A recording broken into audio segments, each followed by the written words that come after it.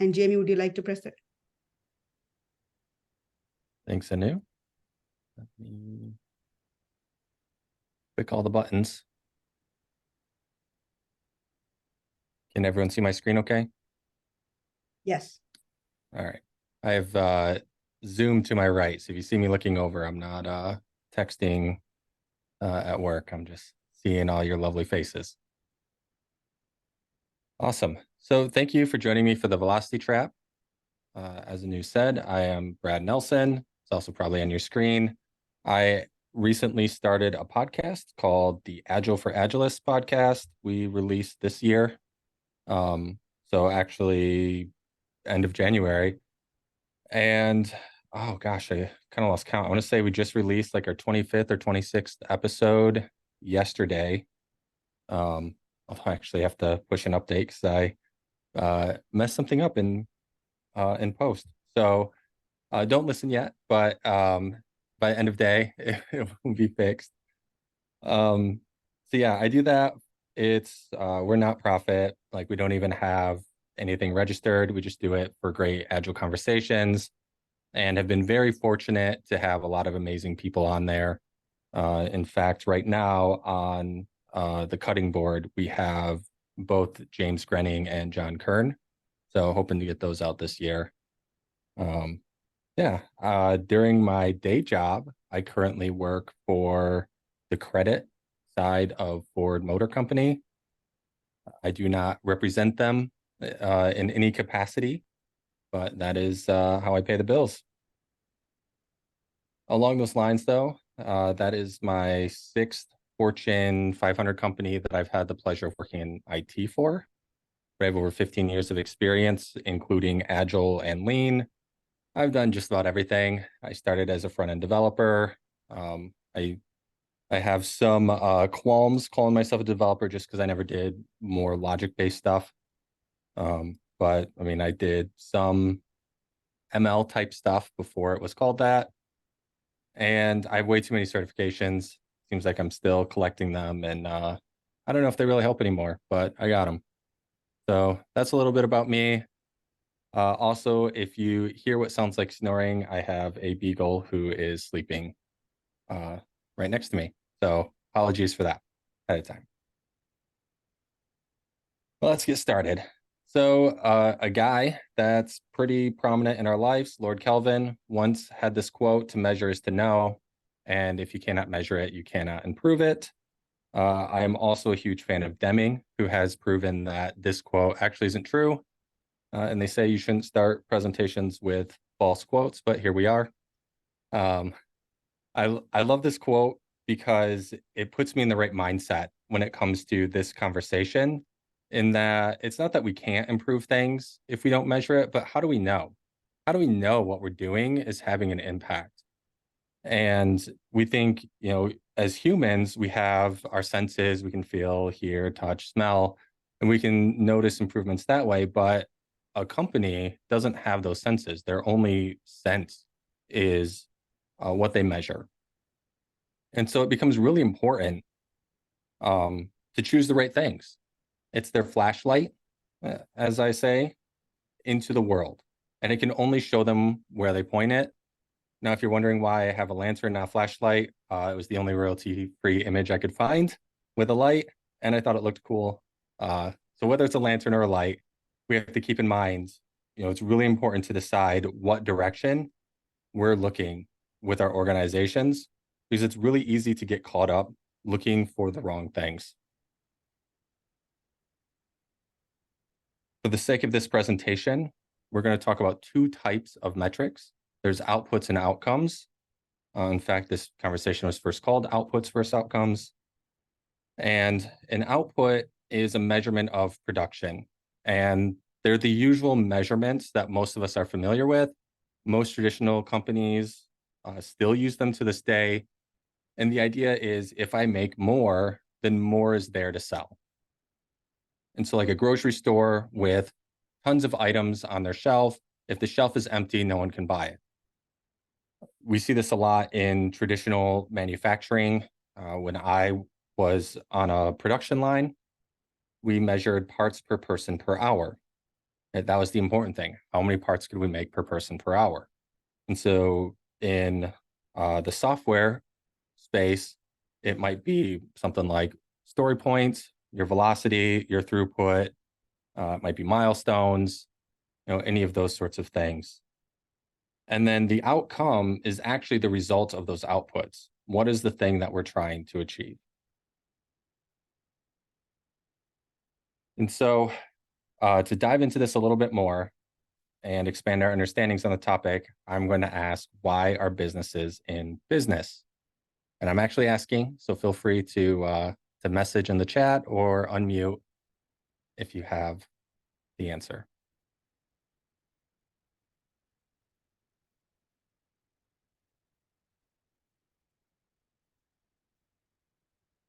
Make money. Make money. Dollars. Yeah. Yep. Dollar bills. Right. That's our first thought. We always think companies are in the business to make money. Once again, royalty-free images. We have the Canadian cat. But yeah, that is our first thought. However, I'm seeing some other people chiming in, and I would say you're right. Yeah,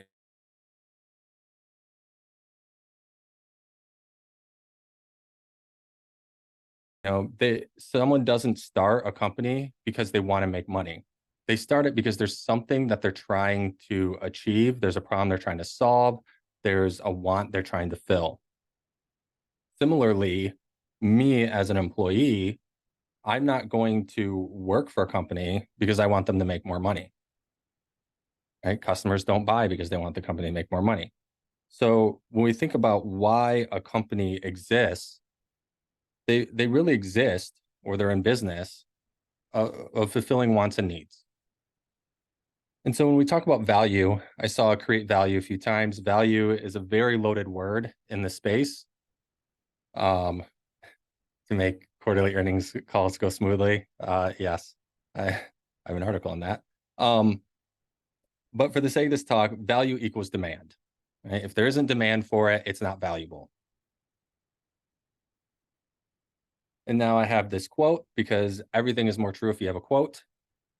Consumption is the sole end and purpose of all production, and the interest of the producer ought to be attended to only so far as it may be necessary for promoting that of the consumer.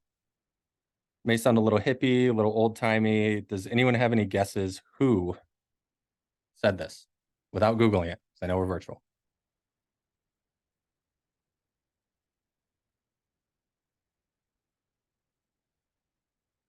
Yeah, Marx. I've actually, Steve Jobs. I've given this talk many times, and only twice has someone actually gotten it right. So don't feel bad. It is Adam Smith, the father of capitalism. Right? So the father of capitalism is saying that companies should only make enough money to keep doing business. Seems kind of a stark contrast from some of these trillion-dollar organizations today.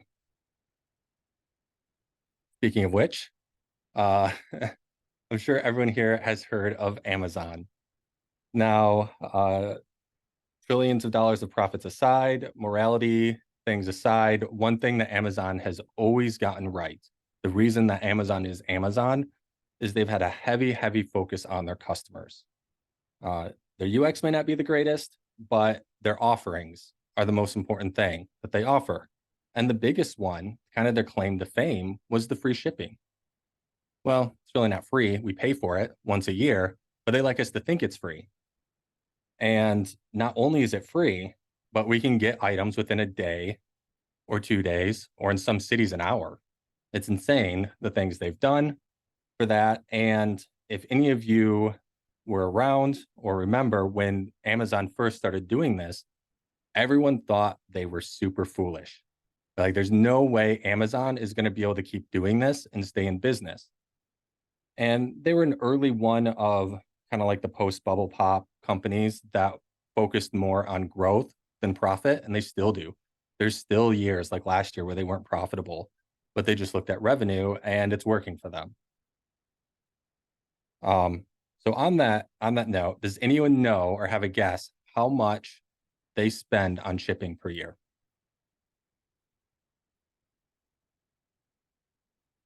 As what? As a percentage of their revenues or as a Uh, sum? some dollar amount.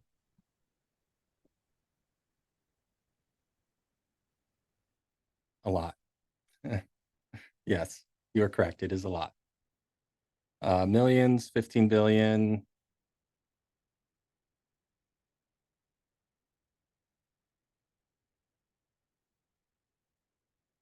Pass-through cost, 10 million, 500 million. It was 76.7 billion in 2021. And this has exponentially gone up. I had to update these numbers at the beginning of the year. And it is their operating income is about 25 billion for 2021. And so it's 3 times what their operating income is, what they spend on shipping. And that's down. In 2018, it was 5 times more. So they spend a lot is the right answer. However, it pays off because in 2021, 56.7% of all things sold online were sold by Amazon. They have a dominant footprint. And so at the end of the day, it doesn't matter.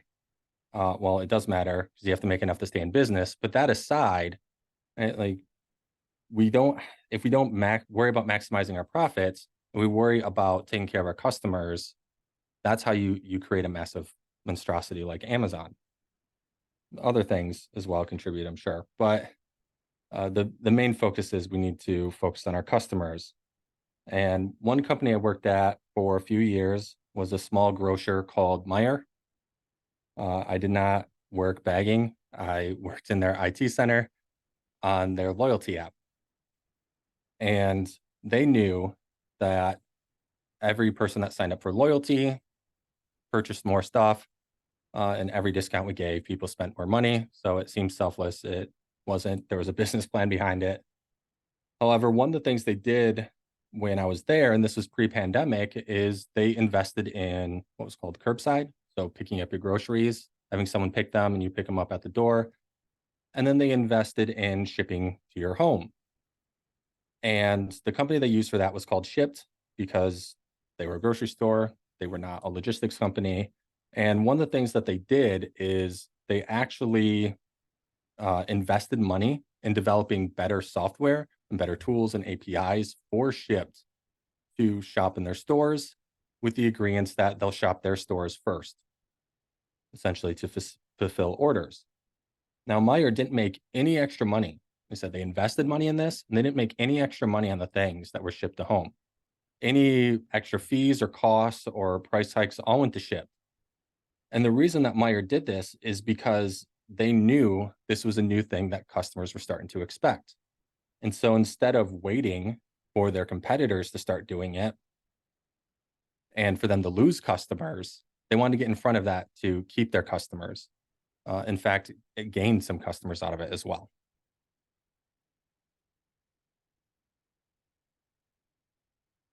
The big 3 of Detroit, as I mentioned, I currently work for Ford. But when we look back at the history of these companies, a little bit further than their creation, about the 60s, GM had 50% of all cars sold in America were GM cars.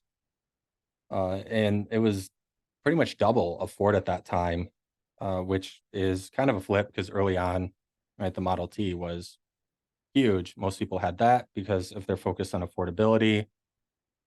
And then GM invented like planned obsolescence and different brands or different styles of cars and colors and all that stuff. And so they became the dominant footprint because cars became more about luxury. And they knew that. They had the cool fins, they had the cool vibrant colors. They were cool in the 50s and 60s.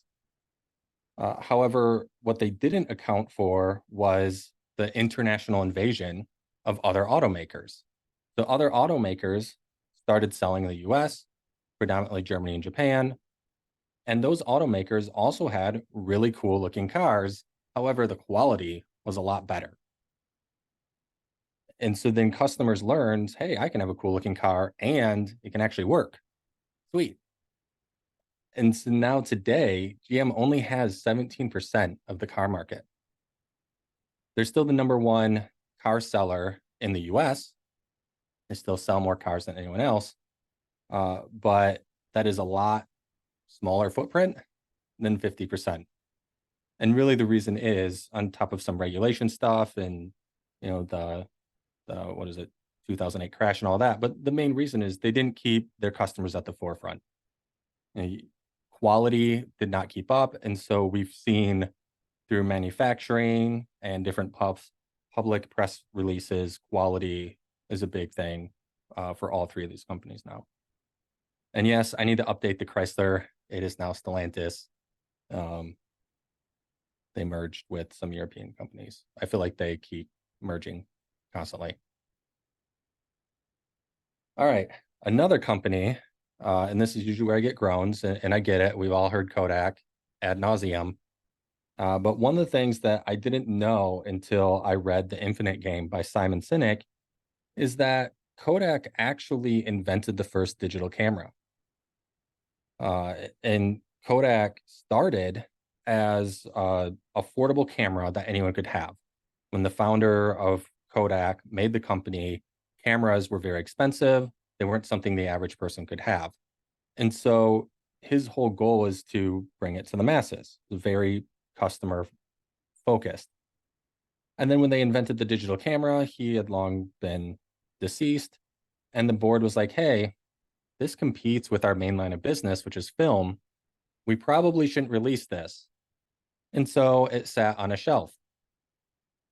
Years later, Nikon used their patent to release the first digital camera.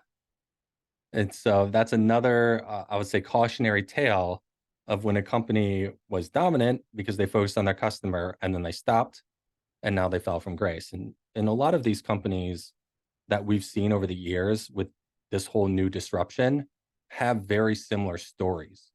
Right? Look at Blockbuster. Blockbuster had the opportunity to purchase Netflix, right? And now they're about to open brick and mortar stores themselves. Whole nother funny joke about that, but yeah. So when we're talking about value, how do we know what is valuable and what we should be focusing on as far as our teams, our software teams are concerned? And what I like to point to is called the innovation sweet spot. And it's really this Venn diagram of desirability. That's what we've been talking about this whole time. Is there desire or demand for the thing that I'm building? That should be our first question, not is this would make us money. I used to think that way. In fact, I had to completely rework this when I was making it because in my head, I kind of had this notion of it would be great if people did this because it would make me so much money. But that's the wrong way to think about it. We need to figure out what is it that people desire. And then we ask ourselves, is it feasible? Which means how difficult would this be for me to create this solution? Is this something that's reasonable? In technology, the sky's the limit. We can technically do anything. However, some things are much further off and a much bigger investment than others. And then after those two things, we need to ask ourselves, is it viable? Meaning, is it in the company's best interest to do this? Whether it's profitability, whether it's long-term profitability, maintaining customers, whatever that is, it needs to be viable to your company. And I assure you, there are enough things out there for every company to hit all three of these boxes and have work. You're not going to run out of work. Right? In fact, you'll have more work because you'll have more customers and you'll sell more and all of that. All right, so how do we know if it's desirable? Oh, sorry. Get ahead of myself. All right. So another question for the audience, right? I'm going to throw some metrics up here, some names of metrics, and I want you to tell me if those things are desirable, feasible, and viable. Okay. Starting with the name of the talk, velocity. Does velocity tell you if something is desirable, feasible, or viable? Do you know? Nope, no. Yeah. And yet that seems to be the number one thing I get asked for these days. What about a burn down or burn up if you're optimistic? Yeah, no. How about if it's on time? No. Yeah. On budget. Yeah, maybe viability. I'll give you that. Yeah. In scope, right? You could argue, right? Feasibility or viability, maybe a little bit with that, but right. And code coverage.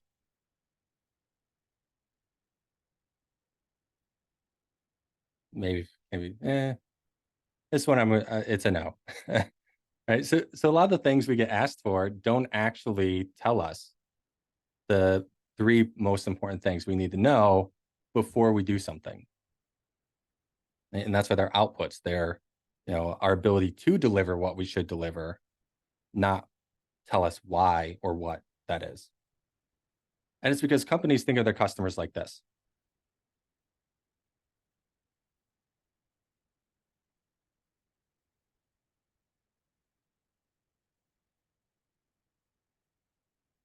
Usually I wait for the laughs, but I can't see everyone. So I'm going to assume you've read it and you're laughing and it's the funniest thing you've ever seen. All right. So the first thing that we need to remember is it's called the false consensus effect, or as people usually simplify it, you are not the user. Meaning if you are involved in the process of creating something, you are no longer the user, you are biased because you know things that your user doesn't. You have vested interest in ways that your users don't. Once again, going back to Meyer, I would get requests all the time from the C-suite or VPs, senior execs, and they'd be like, I shop at Meyer.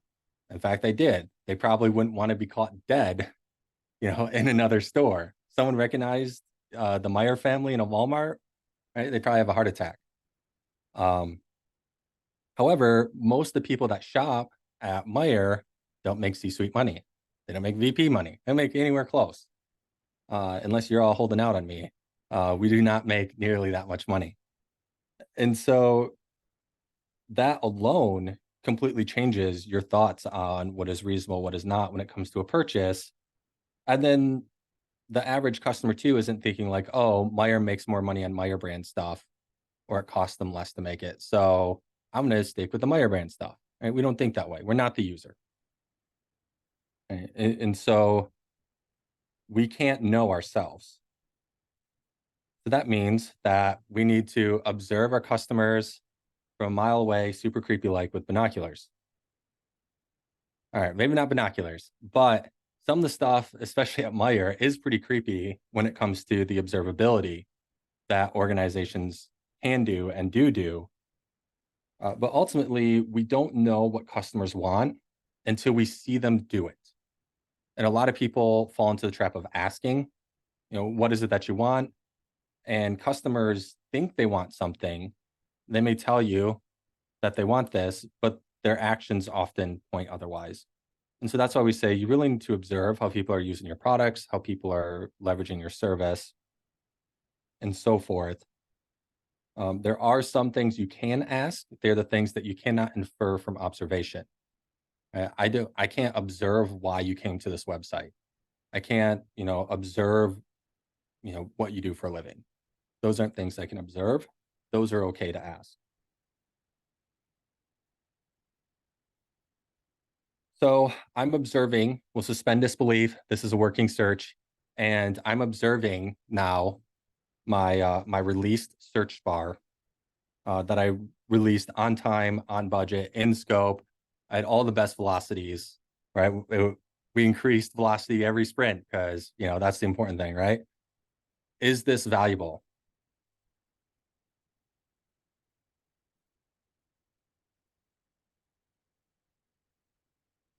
Maybe, maybe not. I don't know. I'm watching it though. It loaded. It's there. I know. We need to monitor people using it, right? If they use it, they click in there, they click search, it's valuable. Obviously it's valuable, they're clicking search, right? So let's watch.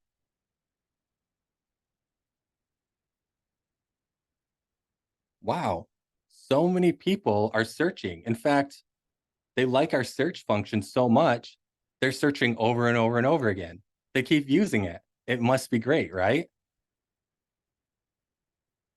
So this highlights the dangers when it comes back to our outputs and our metrics and what we're measuring. You know, we have to really be careful, because saying that, oh, page loads, while there is an importance to, we need customers to actually show up to our website, it's generally considered a vanity metric. Same with something like this, where it sounds cool, it sounds impressive, it may impress stakeholders, but oftentimes it can have bad ramifications. If people are searching over and over and over again because they're not getting the right results, that's actually a bad thing. It's a bad thing I have lots of people using search, not a good thing. And that's where we get confused. And that's where I see companies kind of stumble and make mistakes. So once we observe our users, then we can start grouping them into different jobs to be done, if that's how you are, or different activities that they do. If you're not in fashion, they probably won't dress the same, but there will be characteristics that identify them. So going back to my Meyer example, I'm going to talk about Meyer a lot in this because I don't have an NDA with them, and they did a lot of things right. So I use them a lot for this. And I also think retail is one of the simplest businesses. When you start getting into like utility and stuff, it's a mess. Anyway, so for this example, I have a shopper as our actor. That's the thing that we're observing. I'm observing our shoppers. Now that's super, super generic. You might have something like family shoppers, single shoppers, online shoppers, in-store shoppers. But for this example, we're simplifying it. And what I have here is a chart that I got from impactmapping.org.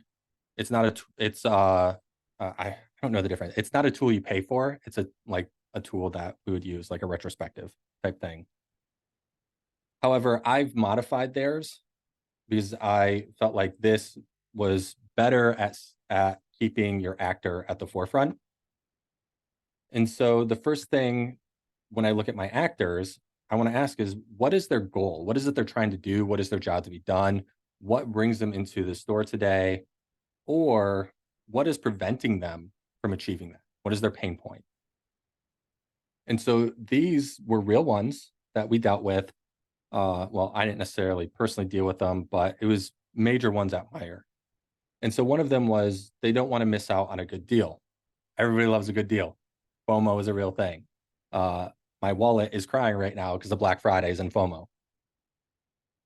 And then we want to figure out, okay, what is the impact? How are we going to know that what we're doing is related to people not wanting to miss out on a good deal? Well, one way we may measure that is we've sold more items that are on sale. And then from there, we think of, okay, what are the different things we could do? If you're in software development, like I assume most of us are, it's usually IT or software related. What are those things that we could do that could potentially influence this? One of the things we did with the Meyer mobile app is we added push updates. Right? And so I was really a part of the team that did that. And then from there, we broke that down into stories. And so the story should trace all the way back to the goal or the pain point and to our actor. Similarly, people don't want to wait in line. Huge, huge problem. Probably at every retail store, waiting in line sucks. When I think about, oh, I just need to stop and get bread or eggs, am I going to stop at Meijer where I know it's huge and I'm going to have to wait in line, or am I going to stop at CVS or Walgreens because I can get in and out faster? So when we're trying to adjust things to see, how do we counter this? We may not necessarily be doing something that increases our transactions or increases our sales. Maybe it's just we want to stay the same. We don't want to lose customers anymore to these small kind of corner convenience stores. But that is something you can measure, right? Are our transactions staying the same or increasing? And then these are some things that I was a part of as well, right? I contributed to the e-com site. We did pickup, as I discussed earlier, and delivery. And then we broke this down into stories. Right? And so the whole point, though, is we're starting with what is it our customers need? Whereas a lot of organizations start with the deliverable or the impact. And this is where we get agile with it. Marty Kagan from Sun Valley Group, something like that, is a fantastic author. Highly encourage you to read his books. But he says it typically takes several iterations to get the implementation of this idea to the point where it actually delivers the expected business value. Same thing with all those things on the last screen. We had to do it several times. And so to simplify it, in my words, right, the work is not done once it reaches production. In fact, release software is just a step in our refinement process. Right? So thinking back to the joke of, is it done? Is it done? Is it done? And we tend to say, and usually referring to, is it in production or is it ready to go to production? However, if we're truly agile, it's not done once it hits production. Once it's in production, we need to observe it. We need to see, did it have the impact we wanted? And we need to learn from it. And so it really is a part of our discovery process or a refinement process. Now, this is something that I've taught for many years. I think it's one of the most important charts in just about any company, and it's called the cone of uncertainty. And so the cone of uncertainty, it's a cone because it's big on one end where we have the most uncertainty, and it's lowest on the other end where we have the most certainty. And you'll notice that in my chart, it never touches because I don't believe we can ever be 100% certain on something, but we can get pretty close. And then what you need to do within your organization is you see these black lines over it, is you need to figure out what is the right threshold for risk or tolerance for uncertainty that we have in these different stages. It goes back to like just-in-time mindset or the agile mindset of we don't want to plan too much up front. Similarly, we do want to plan a little bit to try to make sure to cut down on some of the waste. So we plan a little bit until we think that our teams have enough to start developing. When we start developing, we still have more uncertainty than when we're done developing it. We learn as we go what it is that we should be building. And then once we release it, we learn more. And then, you go back over and over again. It's a little thing called plan, do, check, act. It's where the iterative cycle comes from. Dr. Stewart was the one that created this. SAFE recently changed ACT to adjust, which I felt was much better, and probably the only time you'll hear me reference something that SAFE did better.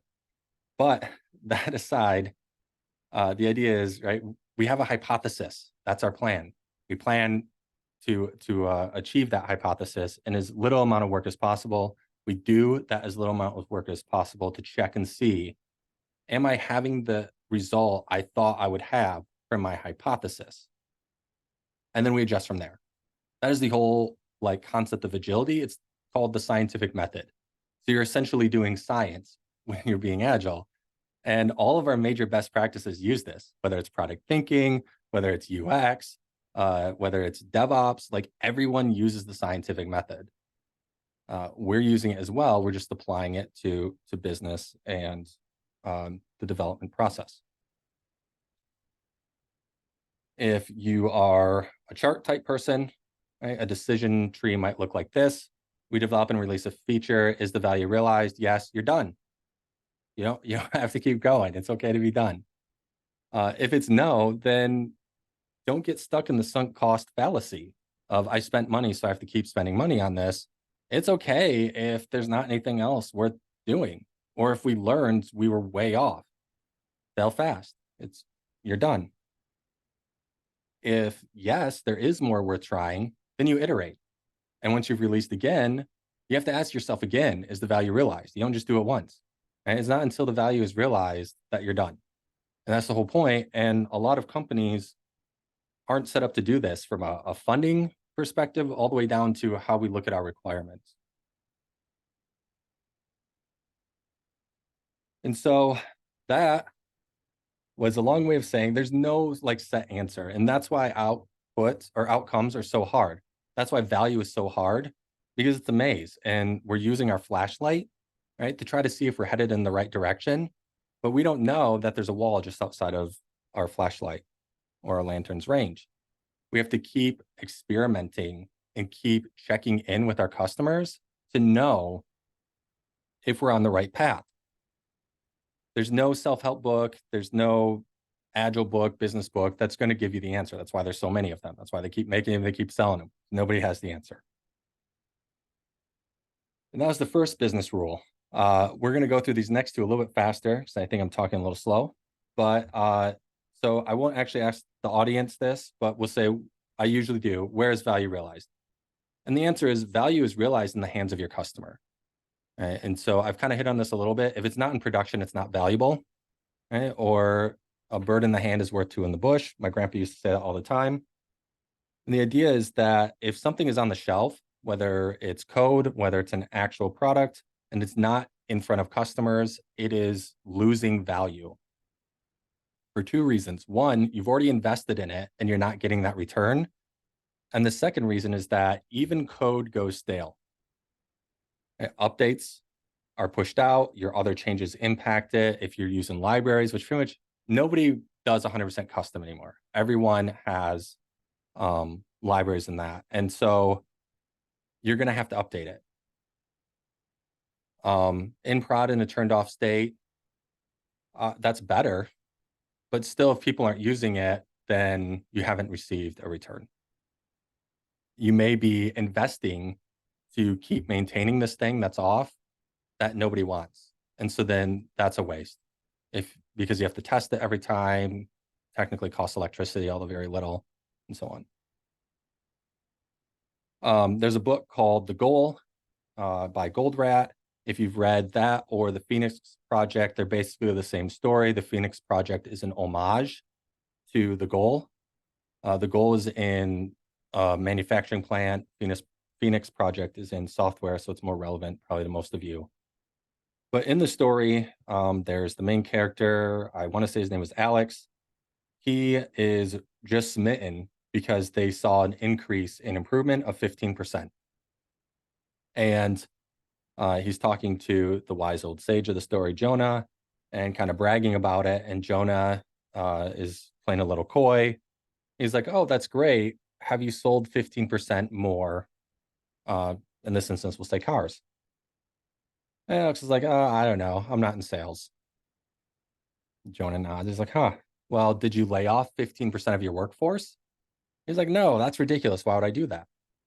And the point that Jonah's trying to make is that that there's only one bottleneck. And if you're not getting it to production, if you're not getting it to your users, you're not really improving. So that touches on the prod thing a little bit. And as comedians say, right, there's no such thing as canned laughter. It's not funny if people don't laugh. Right, get it out there. If they laugh, it's funny. Goes back to this decision tree. And then our third business rule and the last is how do you decide what to measure? Well, hopefully at this point you're thinking value, because I just spent half an hour telling you should be measuring value. But the reality is you get what you measure. Right? If whatever you measure is what people are going to focus on. And there's many sayings related to this, right? Tell me how you're going to measure me, and I'll tell you how I'm going to act. It's the reality most of the time. So if you look at this impact map here and you see push updates, I didn't measure how many push updates went out as my impact. It's a potentially valuable metric. I also didn't measure how many people open the push update. Also, potentially a valuable metric, but it does not automatically correlate to our intended impact. So it's really important to think through, how is this going to better the user? How does this make the user's life better? And how does this make our company money? And that's what you measure. So do we just throw out all of our outputs and just smash them all? As much as I love Office Space, no. Outputs are a tool. And like every tool, it depends on how you use them. You need the right tool for the right job. I had a manager once who used to be a bodybuilder. He had something stupid like 6% body fat. You never want to see pictures of your boss in a Speedo, tell you that. But he struggled with the insurance company because they used BMI and he was too heavy for his height, right? Because they just use this tool and they don't think about these exceptions. So you need the right tool for the right job. So I'm not going to leave you hanging. There are actually 4 key metrics, as they're called, from the Dora report and Accelerate. And it's what inspired this talk in the first place, but they are outputs. Right? So these outputs are research backed to lead to to be directly correlated to higher performing teams. So if you use these, right, you're going to have higher performing teams usually. And the first is lead time or throughput. Right? How long does it go from aha to ka-ching? As John Willis says, deployment frequency, how often do we deploy to production? Sounds like feature toggling or maybe a canary release is what someone was referring to earlier. That is one way to increase your deployment frequency. Change failure rate. I release it to production. Did it work when I released it, or did I spend all weekend on SWAT calls? And mean time to restore. When something is broken, how long does it take us to fix it? If you use these 4 metrics for productivity, right, because they're outputs, it does correlate to a higher performing team. But if these are all you use, you create what is known as a feature factory. You're really great at shipping stuff, may or may not be valuable. And then poor performance outputs. First, should not be a surprise. It's the name of this talk. It is effort, hours, story points, velocity. There's no correlation between velocity and a higher performing team. Now, that's not to say there isn't a time and a place to use velocity. I can get behind that. I do think that there are better things you can use, like throughput will tell you most of the things you want to know, or other things like breaking things down. Do we know enough? There's other ways to get there. Velocity is the #1 abused metric that I see in organizations attempting to adopt agility. Right? We look at it as a scorecard. And so with all tools, right situation, but I would steer you all away from effort and velocity. Use lead time and throughput if you can.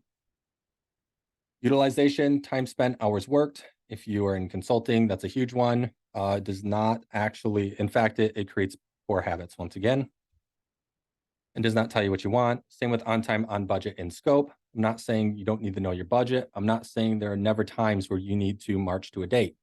But what I am saying is if you look at the triple constraint and you think that you are adding value, you are wrong. And that is where I think a lot of companies get in trouble. I invested $1 million in this project. We delivered on time, on budget, and scope. It was a great project. We were successful, except nobody checked to see, did I get $1 million back on this return? And then the last one, lines of code or merges committed. This is one I've considered removing, and then Old Muskie reminds me that it is not, we have not moved beyond this because he started measuring people by lines of code. This is one of the worst metrics that you can use for your developers for many reasons, but one of them being if you're working in agility, one of the principles is simplicity. Right? If we look at clean code, one of the principles is simplicity. We want more simple code. I can make the code really convoluted and complex and add a bunch of lines. That's not desirable. That slows us down. As well as your senior developers should be coding less because they're better at that simplicity, but I don't want them only coding. I want them helping our juniors get better at coding. I want them involved in our stakeholder meetings and our refinement to figure out what it is that we're trying to build and what is the best solution for it. So if you're looking at that, you're really, really hurting your organization.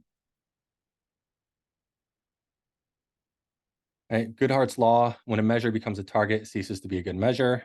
Right? If we weaponize any output, any metric, even value, it no longer becomes a good measure. It creates unintended behaviors. Wells Fargo story is a great example of that. And then one of my favorite quotes from Stephen, I believe it's pronounced Elop, I could be wrong, the Nokia CEO, when they were purchased by Microsoft, He said, we didn't do anything wrong, but somehow we lost, which are kind of haunting words in my mind.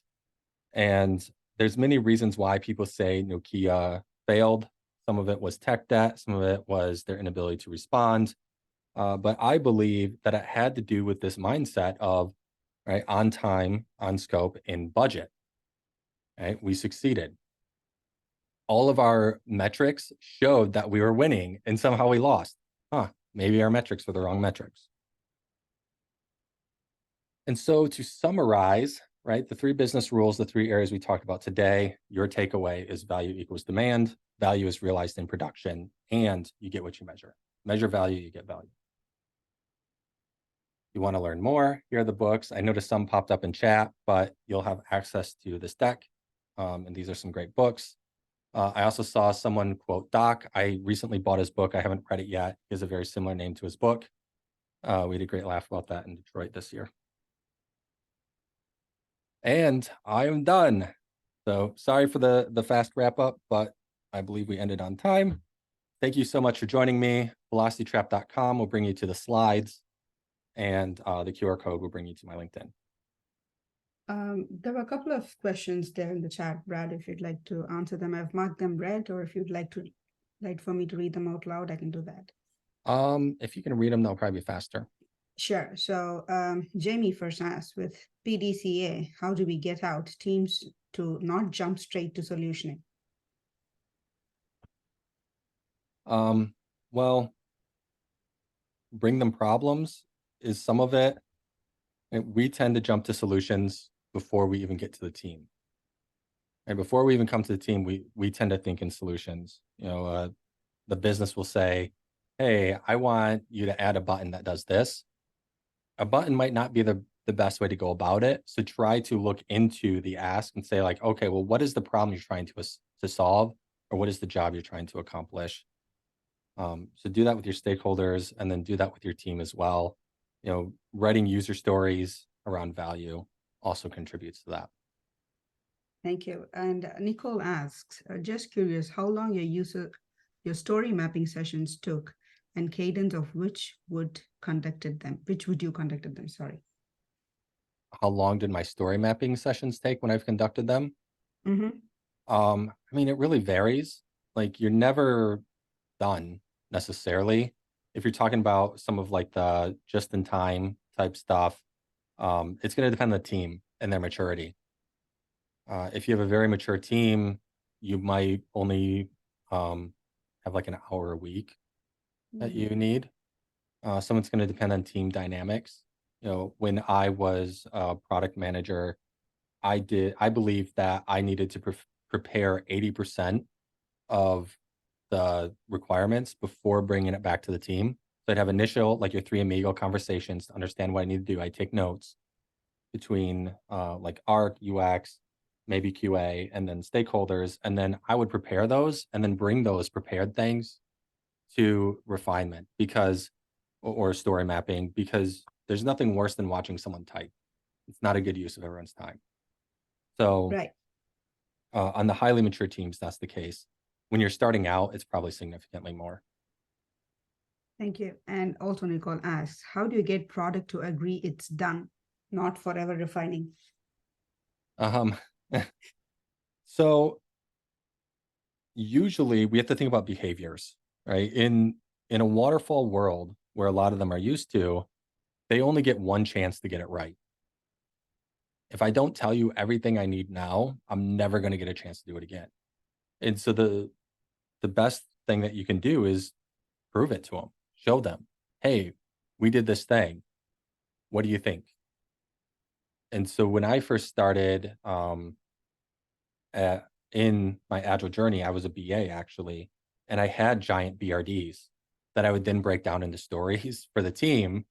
And then we would complete a story or two, and then I would go back to the business. And so then you're training them that way, even though you still have to do the big upfront thing, that they have input throughout. And then over time, they became more and more comfortable with that and dropped the BRDs. So actions speak louder than words, what I often say. It indeed does. Thank you, Brad. And AD asks, what about refactoring, upgrading backend? Refactoring, upgrading backend. I mean, why? What is the value that it brings? Why do we want to do this? Right? Don't just do it for the sake of it. I've had multiple times where an architect harped and harped and harped on we need to refactor. And then it seems like as soon as we get done, they leave and a new architect comes in and looks at it and goes, this code's crap. We need to refactor. So some of it is their opinion. And so you have to say, okay, like I hear you. What value is this going to add for us? Okay. I'm also big on refactor as you go, I should say, right? We're agilists. We shouldn't have to do it all at once. Sorry, Sorry, didn't Neil. mean to cut Thank you you. there. Oh, that's okay. So that's all the questions that I see, unless anyone needs to quickly hop on and ask the last question because we just have a minute left. Arsen, I see your hand raised. Yeah, hello. First of all, thank you, Brett, for your presentation. It was great. Thank you. And I agree that with you that velocity is quite often a misused metrics. And I witnessed that some management, especially the senior management, they ask about increase the velocity of your team. Mhm. They ask about comparing the velocity of your team and the other teams. What would you the best advice how to reply for this question? Yeah. So when they start comparing teams, I explain to them, I'm big in Hanlon's razor, a nicer version of it. People are doing things out of malice. They're doing things out of a misunderstanding. And so the best thing I can do is educate them. Now, depending on your role, that's easier than others. Right? When I was an external consultant, they were paying to listen to me. If you're an internal employee, they don't always want to listen to you. I get that. My biggest advice is if you're using Scrum, which 87% of organizations are, show metrics, show outcomes in your sprint review, but don't show velocity. What you're doing is you're teaching them this is valuable. This is why I'm showing you. I'm showing you what you need to care about. And so you teach them that way by saying like, you know, hey, we learned this much or whatever. And the reality is that's really what they care about anyway. They've just been taught to ask about velocity. They're trying to show that they're agile woke and they know what's going on, and they really don't. Thank you. Great question, though.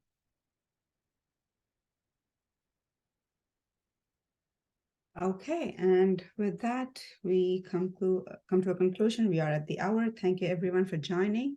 Appreciate it, and happy Thanksgiving. Happy Thanksgiving. Thanks, everyone. Thank you. Thank you, Brad.